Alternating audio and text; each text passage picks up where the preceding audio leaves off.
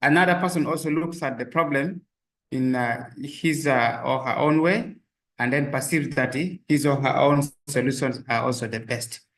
It has the tendency of making somebody jump into making conclusions, thinking that their ways of thinking are the ones that can make improvements. And then this increases the risk of a mismatch between the intervention and the true causes of the quality improvement.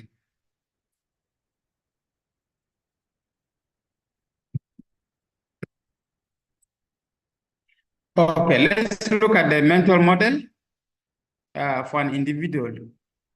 You look at this is a picture of an elephant. But each person perceives where they are looking, the part that they're actually looking at it in their own way. For example, if you look at this up here, this person says it's a fan. He just looks around here and he concludes that this is a fan. And if you look at this person looks around here and he concludes that this is a spear. Is looking at the trunks, that this is a spear. And then this person looks at around here. It looks like snake. So the person concludes that this is a snake. And then here, this person looks at around this part and concludes that this is a tree. So this person concludes that this is a wall. So you can see that each person has their own idea of what exactly they are seeing. But when they bring all these ideas together as one, they will conclude that this is an elephant, because everyone will bring their idea and they brainstorm, then they will understand that this is an elephant. But if they look at this elephant at individual aspect, each person will view it differently, looking at where exactly you are viewing. Types of errors, we have type 1 error, that is rejecting a true null hypothesis, that is the false positive. For example, here, you look at it, this doctor is now diagnosing this person, this man, to be pregnant. The doctor is saying you are pregnant, but this is not true. I wonder whether there are men also who get pregnant. I'm not very sure. Maybe if this is an abnormality. Yeah, so this is type 1 error. Rejecting a true null hypothesis. Type 2 error, accepting a false null hypothesis, which is the false negative.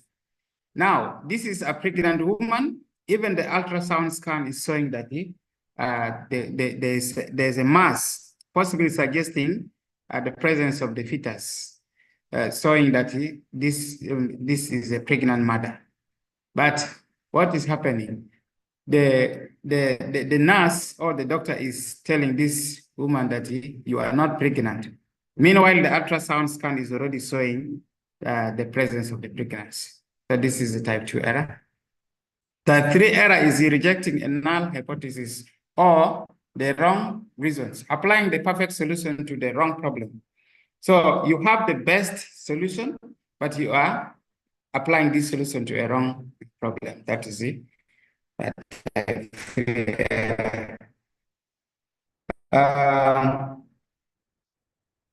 We have the key lesson. Every improvement project must start with a thorough understanding of the quality issue. If you wanted to cause an improvement, you should be able to understand the quality issue in details. So understanding the problem, a problem can be understood better by conducting a root cause analysis very comprehensively. This can be using these techniques. We have the 5 whys technique, the fishbone diagram, the process mapping, and there are others. Yesterday, we looked at the rich picture, the Pareto charts. Those are some of the techniques for quality improvement when you are trying to define and analyze problem deeper. So here we're going to focus only on the 5 whys technique and the fishbone diagram. Yesterday, somebody was trying to ask about the 5 whys. We'll look at it into details. So we have causes of problem. Problem can be having direct causes, contributing causes, and the actual root causes. So if you look at the problem in terms of its causes, if you go deeper, you will find that there are direct causes of this problem, there are contributing causes, and there are the root causes. So what is very important that you need to look at the root causes. So we have here the problem. The problem here. This is just an example of poor aerative retention.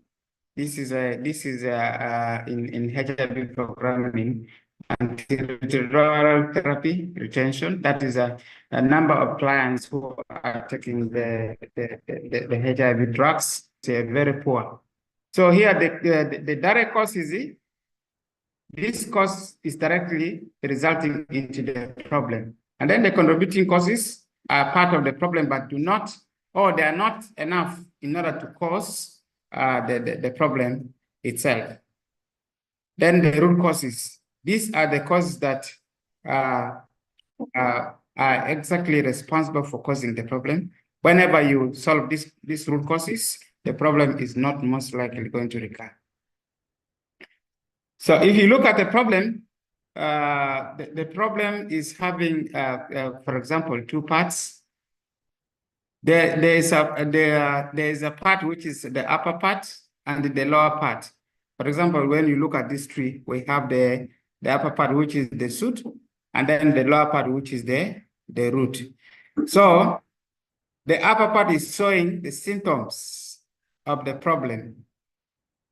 Symptoms of the problem, which is above the surface, relatively obvious. And then the underlying causes of the problem are below the surface. Of course, they are not obvious. If they are not fixed, the problem is most likely going to continue. We defined a root cause as a reasonable kind of, we can say that this is the basic cause that whenever you define very well, and then you fix, and then it's most likely not going to make problems to recur. But if you don't define it very well, and you are not able to fix it, you will find that you will fix something that is not actually the root cause. You will find that you're going to fix direct causes or contributing causes. But if you define it very well, you will fix this cause, and the problem will never come back again. Common examples of root causes: a process that is not working. Maybe you find that you have certain process or procedure that is not working very well. That is the actual root cause of the problem. Or we have the behavior that is not adjustable. There are some people who are very rigid. They do not want it to be adjusted to fit into the team. So this causes a problem. This actually is now the root cause of the problem. The gaps in knowledge. If you have knowledge gap, most likely this could be a root cause of certain performance which is not satisfactory. We have a lack of established standards, lack of guidelines and others. These are root causes of a problem.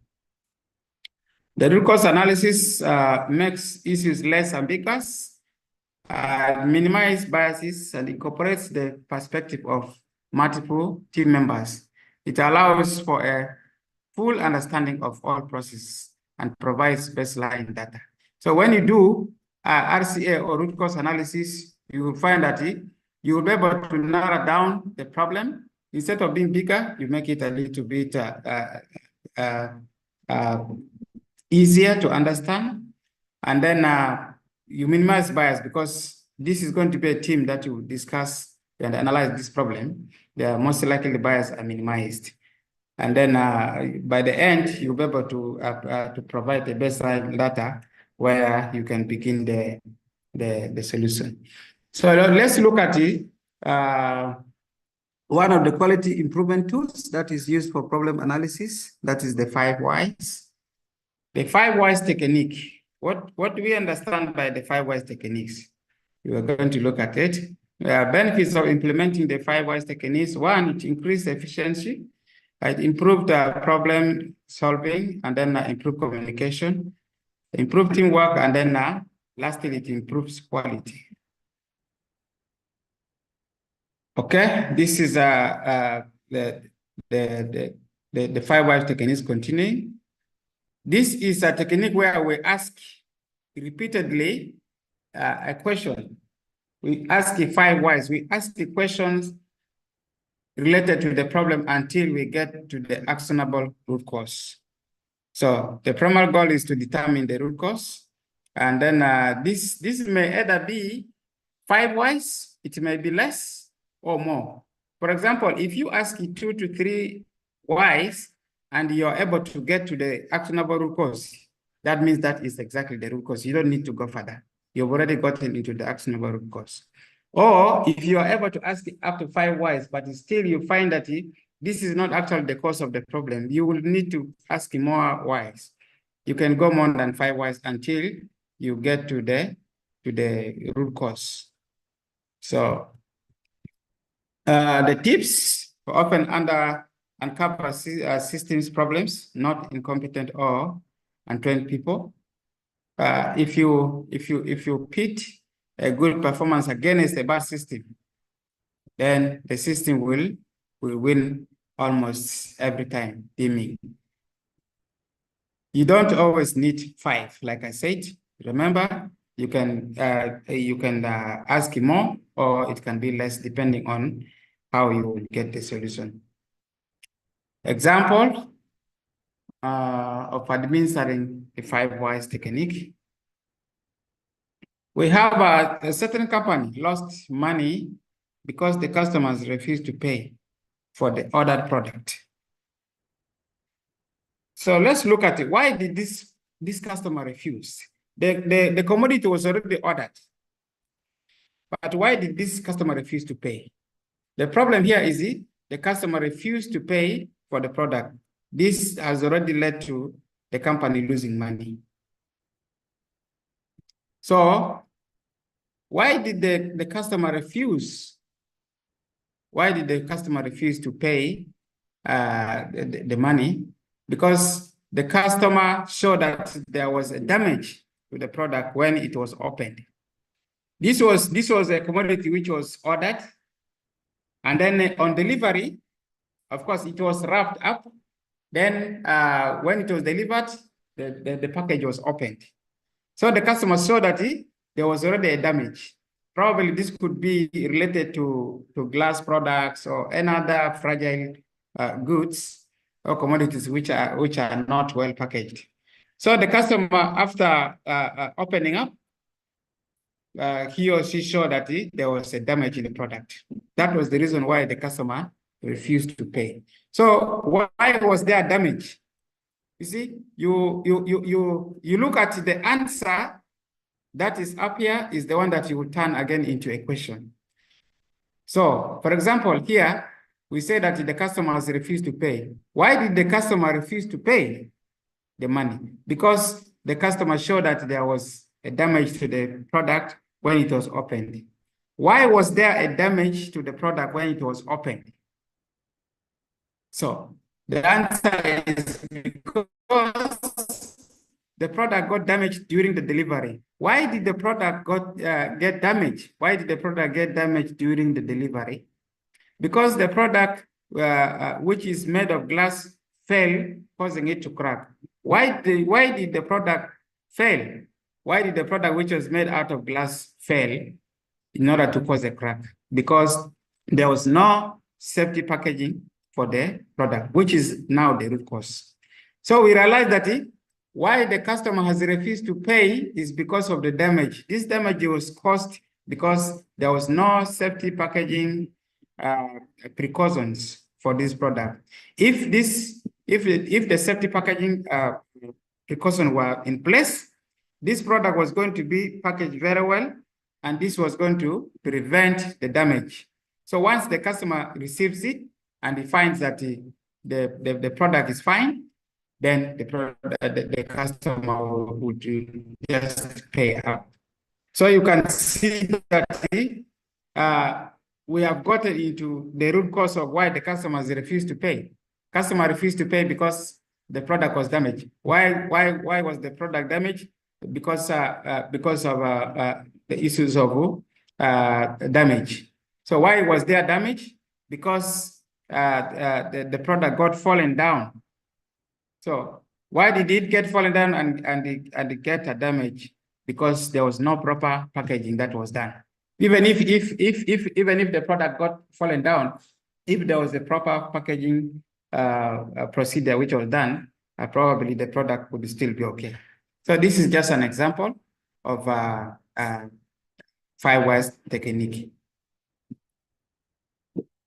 Just to make it a little bit clearer, in the 5 whys technique, you look at it, what the problem exactly is, and then you start digging deeper into why. You ask why until you get the problem.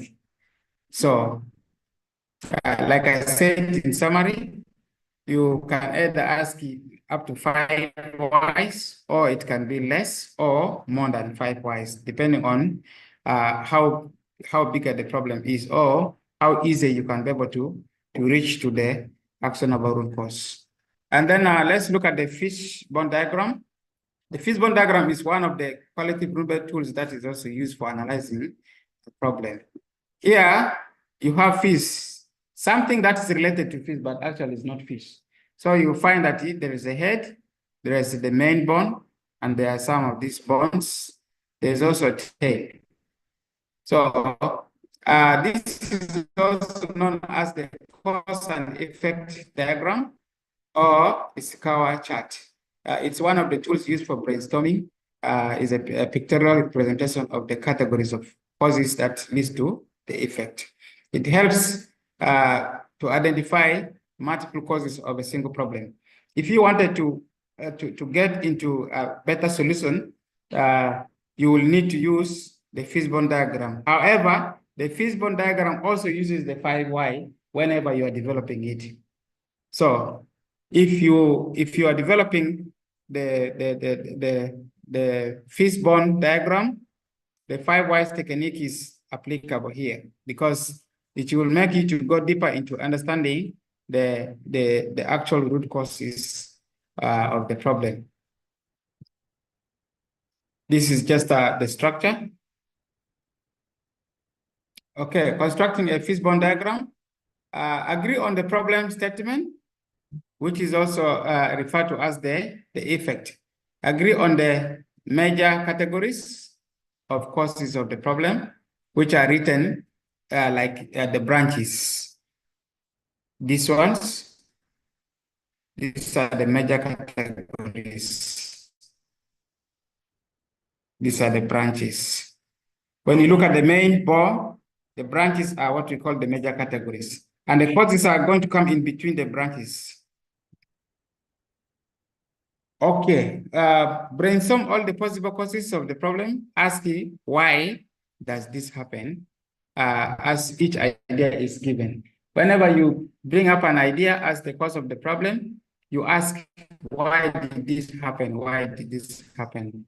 Until you get. So continue to ask why until a deeper or more actionable cause is attained.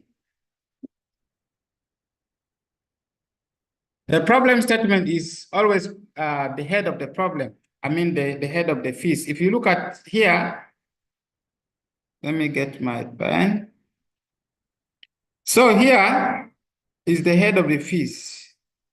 This is where the problem is situated. And then you find this is the main bone. The main bone. Okay, this is the main bone. And then these are the major categories. These are the major categories. Then the small causes are going to be here. each major category is supposed to have smaller causes.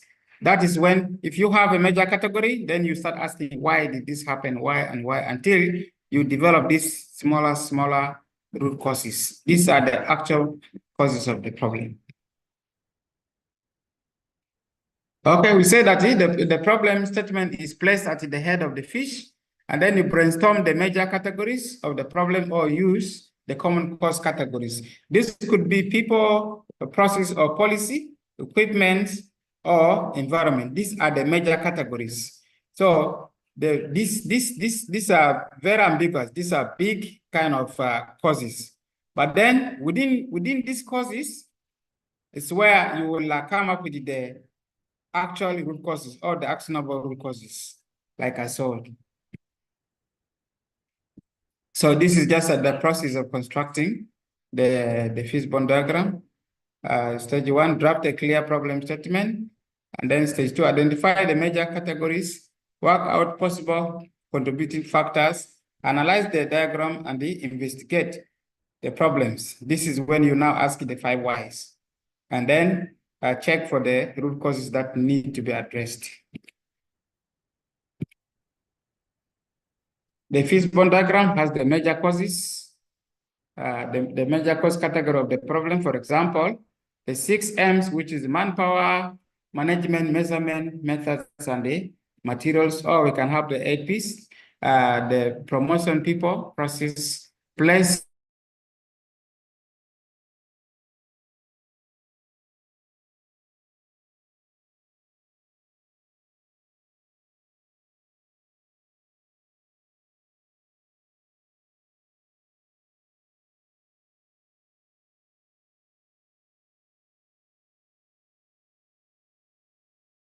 the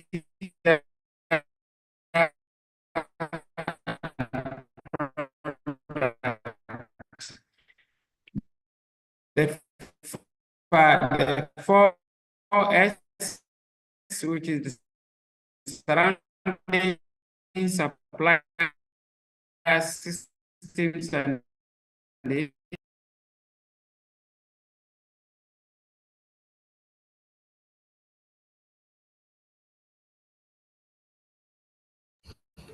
Unfortunately, we have lost Robert, but we hope he bounces back. If you have just joined us, you are welcome to the second day of our session on quality improvement essentials for the second day.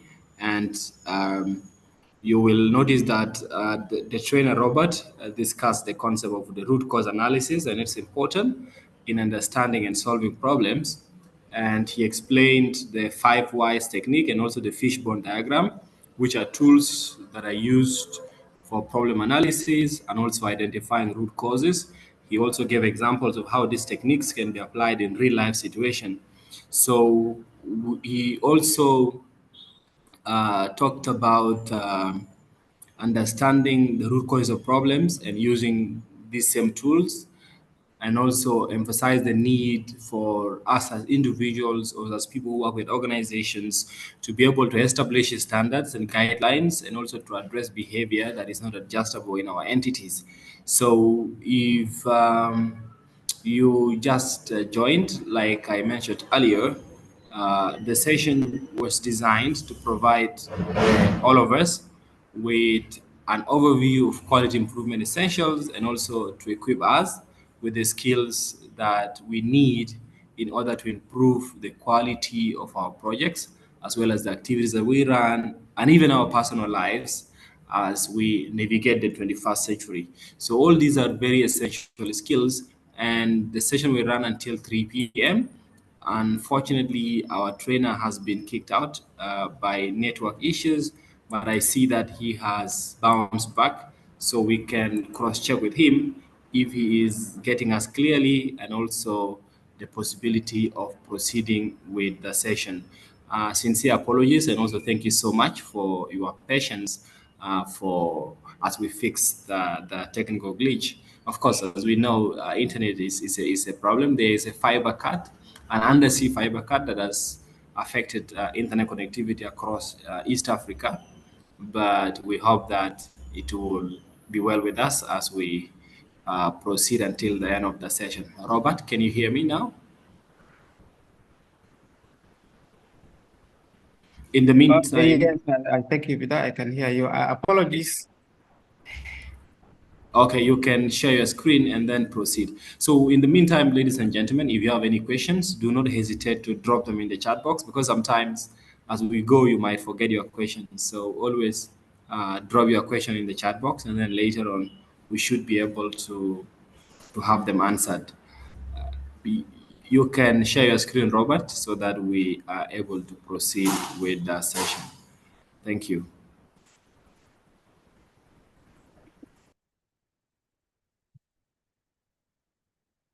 Okay, great. We can see. Oh, okay. Thank you so much, Tim. Apologies for this. It's like getting cloudy here, and maybe possibly the clouds are the ones disturbing. That's why I was able to be kicked off by the network. Let's try to get going.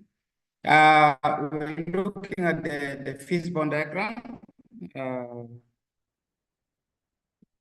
Suggest the numerous potential causes under each category, and then break down the categories into smaller categories using the 5 whys technique. So this is just an example of a complete fishbone diagram. We have the head which is having the problem statement, and we have these branches which are the major categories. Like I said, it could be anything, could be the process, policy, it could be the surrounding environment, could be the human resource, and so on. Then the major categories are now, you brainstorm them and get the primary causes, and then you now get the secondary causes. So the primary causes gives birth to the secondary causes, which later will be used for developing the solution or the action. This is one of the examples. In the first quarter of 2022, reported defects in production. So the problem here is in the first quarter of 2022, there was a defect in production, which was reported to have increased to 20%. So what was the cause of this? So the major categories here, we have the mother nature method, the machine, the manpower, material, and measurement. So upon each major category are also the causes, which can be the primary causes and the secondary causes. So which later we'll call them drivers. We have under the method, we have unclear procedures, lack of quality, control policy. Under the mother nature, we have humid weather, increased temperatures, and so on. So this is just an example of a fishbone diagram. You get the problem statement, and then brainstorm each major category. Under each major category, go further and use the 5 techniques and ask yourselves why this happened until you get the smaller causes of this problem. These are just factors that influence performance. It's just like a general. Clear job expectations, constructive and timely performance feedback, adequate environment, tools and materials, motivation, recognition, and incentives, appropriate skills and the knowledge, organization or institutional support. These are just general factors that influence performance in either workplace or in any other project that somebody is executing. Okay, this is just a summary.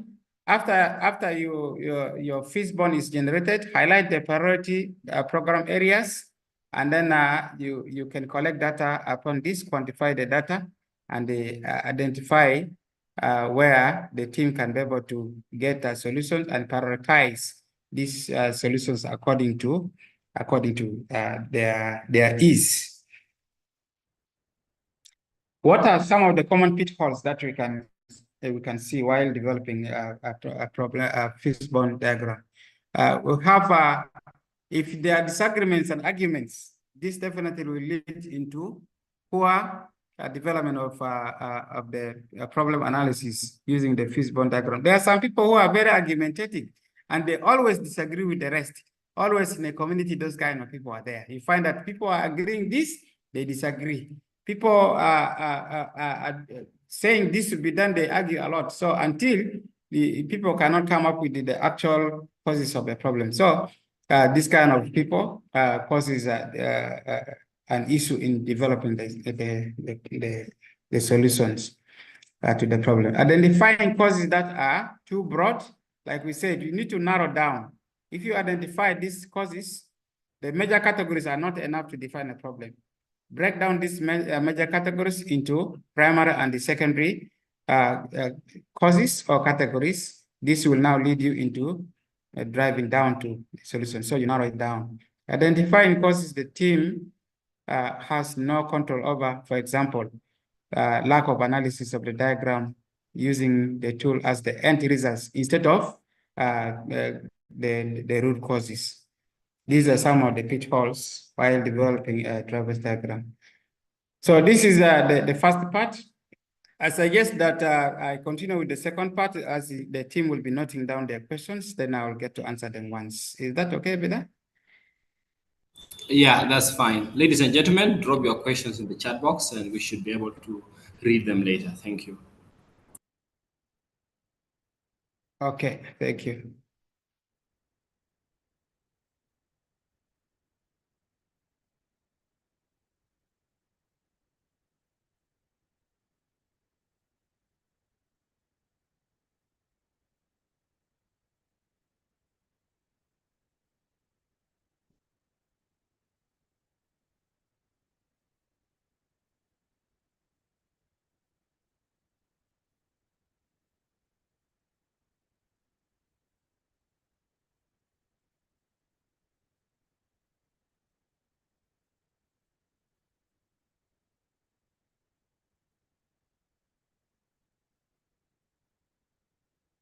Okay, are you all seeing my screen? No, no, we are not seeing we are not seeing the Okay, screen. okay, Yeah. okay.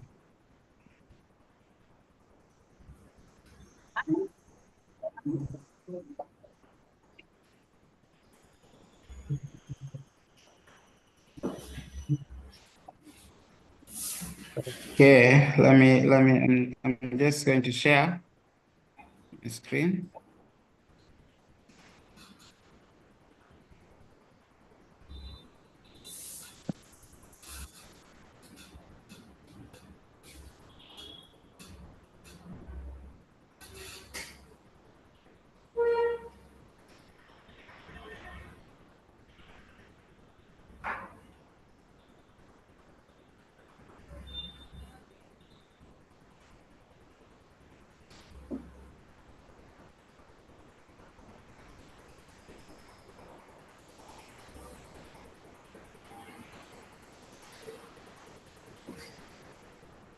Did I have a challenge in sharing the screen? I don't know.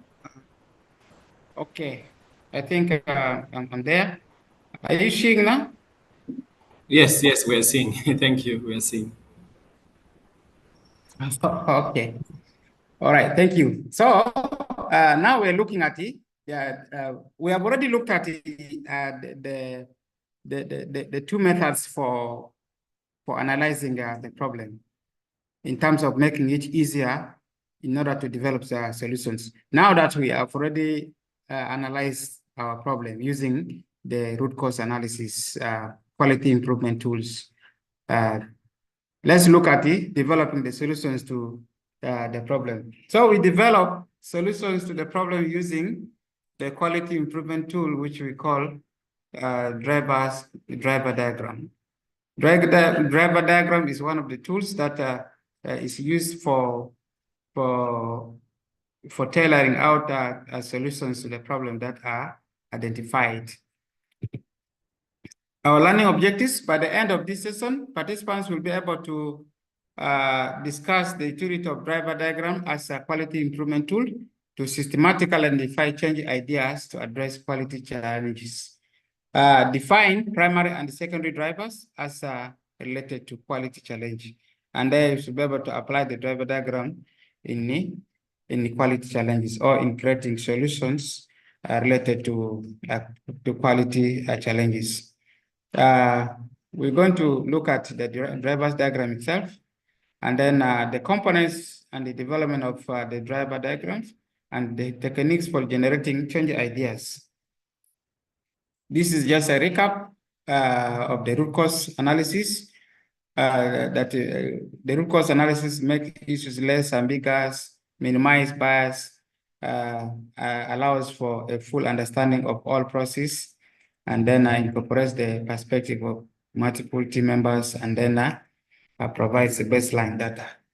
So in the common quality improvement project steps, here the driver's diagram is looking at identifying change ideas and testing these change ideas so that we can see which one works and which one doesn't work. Also, in the model for improvement, the driver's diagram is trying to answer the question, what change can we make to result in the improvement? Yesterday, we looked at these three fundamental questions. And then the third question is, if we are supposed to register an improvement, so what change can we make so that we can be able to get these results? The driver's diagram continues. It helps to answer the question, which I have just explained. It conceptualizes a quality issue and generates change ideas which are linked to the root causes. Each of these change ideas that are generated are linked directly to the root causes. One change idea cannot be linked to another root cause. That is not going to cause an improvement.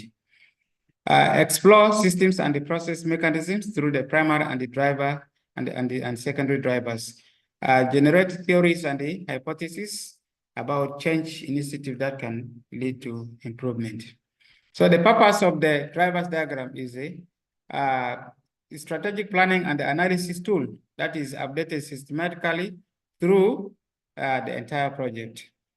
It breaks down and aim into the drivers that contribute to the detailed actions that could be done to achieve the desired aim. It helps to focus on the cause and effect relationships that exist in complicated systems. It provides a pathway for change, which identifies the types of interventions that can bring about the desired outcome. Logically, the driver's diagram links the change ideas to the drivers. So the drivers are the primary drivers and the secondary drivers. When you look at the driver's diagram, we'll look at it in the future. You find that the M is now broken down into primary drivers, which is then broken down into secondary drivers, and then we develop the change ideas out of that. The driver's diagram, where possible, it should be very smart. Yesterday we looked at smart. Driver's diagram should be measurable and smart. Can serve as both a change and a measurement framework for tracking progress towards the aim. We don't have right or wrong driver's diagram. Diagrams represents the team's shared mental model. Diagrams are living documents and they will adapt as change ideas are tested and the results measured through the PDS cycle. So the main components of a driver's diagram is one, the aim statement, which is the first part of the driver diagram, and then followed by the primary driver, which are the major categories. When we were developing the fishbone diagram, we looked at it, the problem statement, which is at the head, and then here it is the opposite. The aim statement is the first in the driver's diagram. Then the primary driver These are now what we refer as the major categories in the fishbone diagram. It is the fishbone diagram that is now being turned into driver's diagram because we have the root causes, which are with the major factors. Here we now call them primary drivers. Then the smaller causes, when we go deeper and ask the questions why, and we get into understanding the smaller causes, those smaller causes are now what we term as the secondary drivers in the driver diagram. So we have the secondary diagram, and then lastly the change ideas, and then measurement of the indicator. So we have the parts of the driver diagram, the M statement, the primary drivers, which are the bigger categories or the major categories, then the secondary drivers, which are the situation specific or the actual root causes, then the change ideas. These change ideas, each of these change idea is linked into each specific factor or root cause. This is an example. This is the structure, the structure of the driver diagram. We have the improvement M. What are we trying to accomplish? That's the M. Then this M is broken down into primary drivers. These are the primary drivers. It cannot only be two. There could be three, there could be more, no problem. It could also be one. So here, this structure is just showing two. And then this primary driver is now broken again into secondary driver. So the secondary driver, this could also be two, could be three, could be more, or could also be one. But most importantly, the primary driver gives birth to the secondary driver. These secondary drivers are gotten as a result of asking why. So the primary drivers, when we relate to the fishbone diagram, these are the major categories. Meanwhile, the secondary drivers are the smaller categories that are gotten from the primary driver as a result of asking why. And then it is from this secondary driver that we now develop the change idea. So each of these secondary driver is linked to a change idea directly. So this is just the structure. This is simple, but you can have more complex one depending on your problem that you're solving, or depending on the major categories that you have come up with it, and then narrowing it down to the situation-specific factors. This is the M statement, which is the improvement goal. The primary drivers, which includes the system factors, process, structures, and so on. We saw them, there were very many. The secondary drivers, which are situation-specific, these are the factors that can form the basis for individual interventions. Once we reach the secondary driver, now we can be able to derive our change idea or the interventions. So the change ideas themselves, these are the interventions. Developing a driver diagram. How do we develop a driver diagram? One, team approach. The team has to gather everyone, stakeholders, everyone should be there. Then you start with the improvement M. What are we trying to accomplish? That is the first question of the model of improvement. Then brainstorm what main factors influence the M. These are now the primary drivers. So you could be able to ask yourselves the why, the where, what, when, who, and the why. These are the questions that you ask in planning stage of the PDCA cycle. And then to group these drivers into primary and the secondary, and then generate the change ideas related to the drivers. So you have to now link the drivers to the M's of from the M to the primary driver to the secondary driver and to the change idea. You have to use arrows for linking them up, just like you have seen here.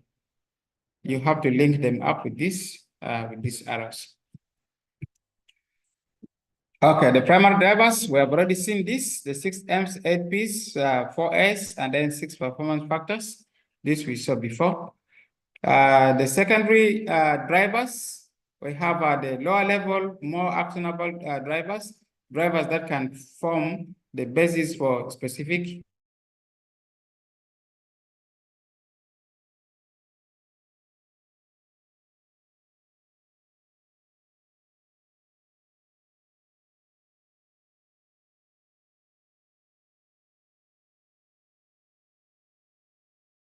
Oh, looks like we have lost Robert again, but we hope that he bounces back. It's totally understandable given our present circumstances. Um, then, so what is going to happen is that we'll give him a few more minutes so that he is able to join us, and then we also catch up with what we have been discussing. So basically, he was discussing the process of troubleshooting and also improving quality using the root cause analysis and the 5 whys techniques. He was able to explain how to identify root causes of a problem and how to develop solutions based on the causes that have been identified, and then discuss the importance of understanding the problem fully and involving stakeholders in the process. You know, it's also very important for us to leverage stakeholder analysis to understand like the key players that are required for us to be able to solve the problem fully. And he talked about the driver diagram tool, and he said that the driver diagram tool helps in identifying primary and secondary drivers of a problem and also generating change ideas. And when this happens, and then it is planned to apply these techniques in the real world problems. So this is just an overview of some of the key things that he was able to check us through throughout the presentation. And if you just joined us and you are not yet part of our WhatsApp community, I have shared the link to be able to join us on WhatsApp in the chat box. So please just click on this link, and then you should be able to join our subgroup. And then you can also register your attendance for this session. I have shared the link to be able to register the attendance. We can go for an 8 minutes break. You should be able to grab a glass of water. You can stand up and do some exercise as we wait for our presenter to bounce back and then continue with the session. Kindly fill attendance, grab a glass of water, you can stretch a bit.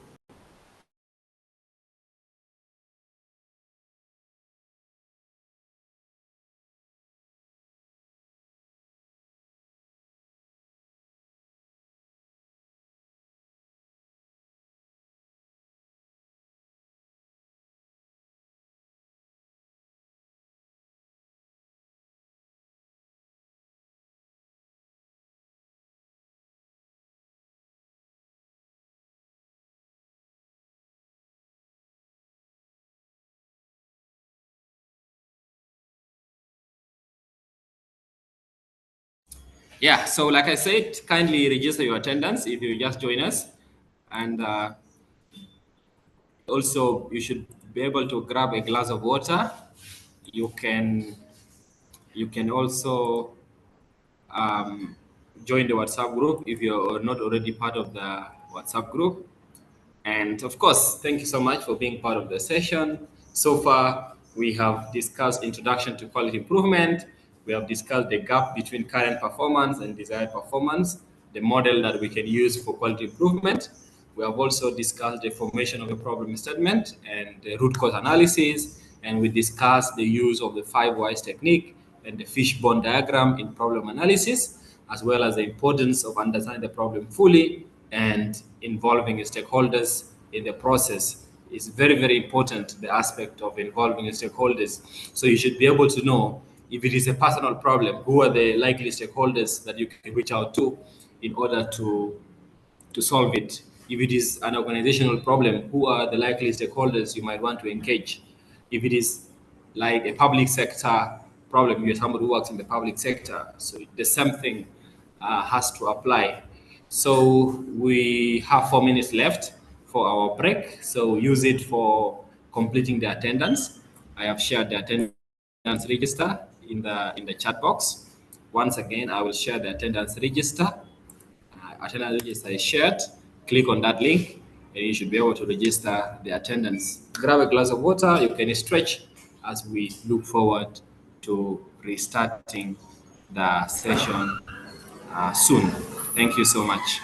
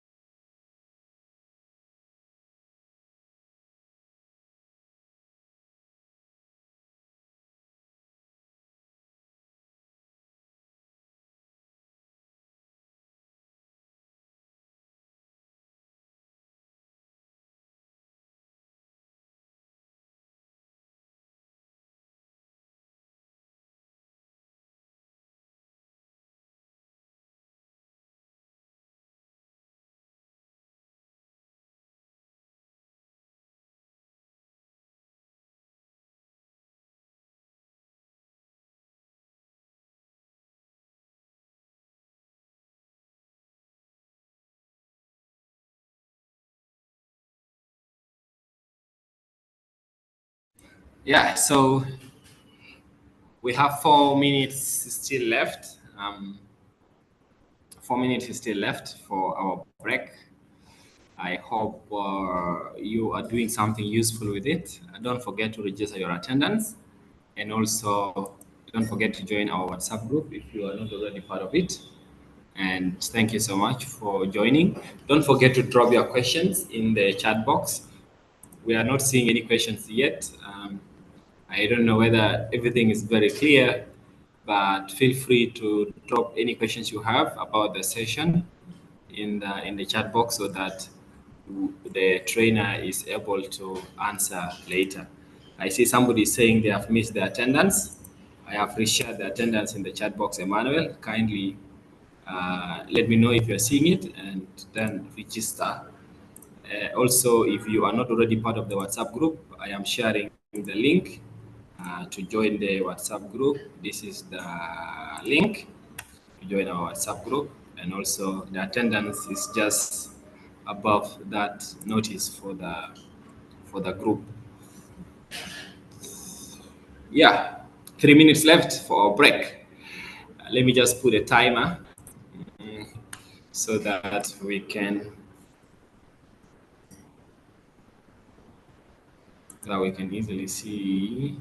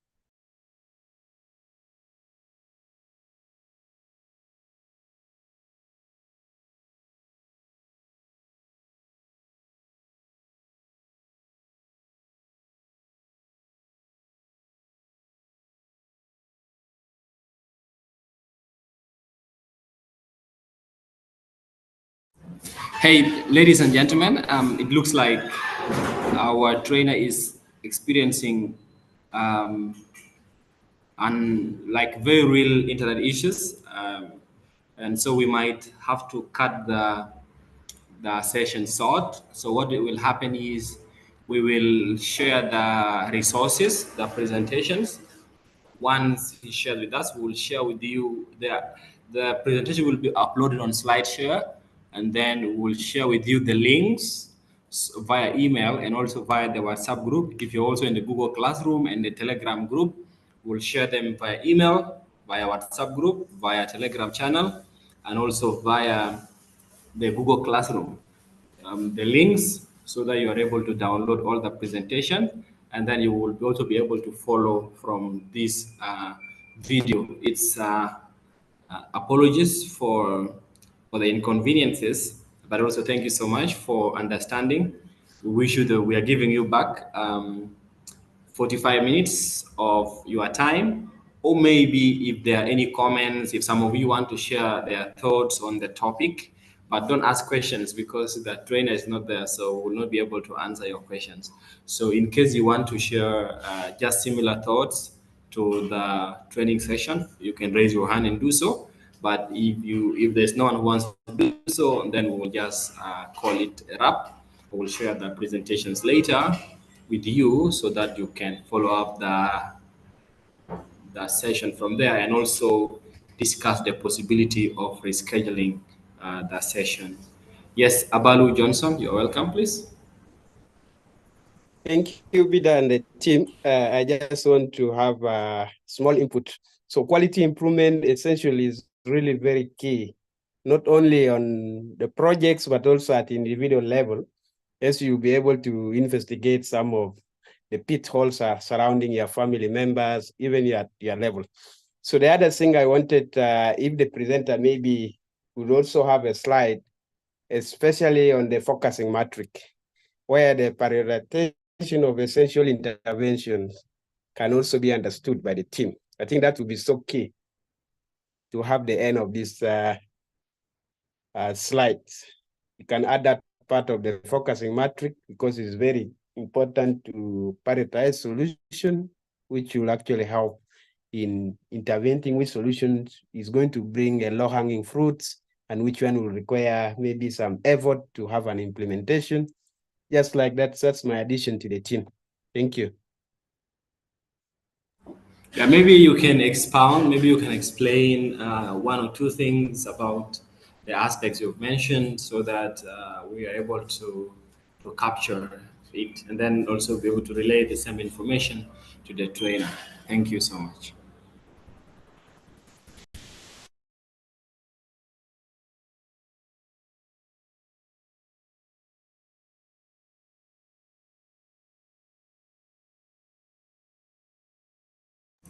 Okay, any other comments? Okay, I don't see another extra comments. In case you haven't registered your attendance, I am dropping the attendance register again. If you don't find your title there, just choose a title that is very close to what you do.